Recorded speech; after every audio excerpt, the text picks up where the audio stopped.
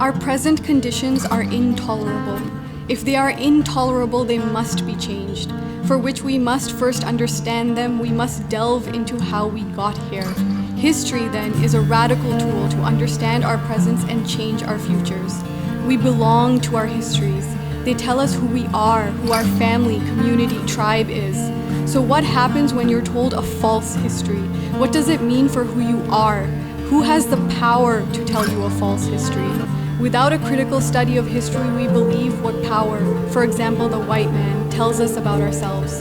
That we are uncivilized, that our writing and thinking is worth nothing, that the only language of the educated is European, that the very skin we are born in condemns us to be inherently inferior. Without an alternative history, we live in the world that is created for us by the white man's history. African writer Chimamanda Adichie writes, "Power is not just the ability to tell the story of a person, but to make it the definitive story of that person." The Palestinian poet Mourid Barghouti writes that if you want to dispossess a people, the simplest way to do it is to tell their story and start with secondly. Start the story with the arrows of the Native Americans and not the arrival of the British, and you have an entirely different story. Start the story with the failure of the African state and not with the colonial creation of the African state, and you have an entirely different story. What happens when two tellings of the past collide? What does it mean to accept multiple truths?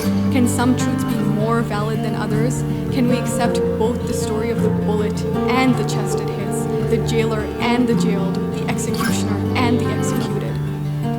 History is more than dates, more than an objective or subjective telling of past truths. It lives in us. It defines the bounds of what is knowable about ourselves and about our others.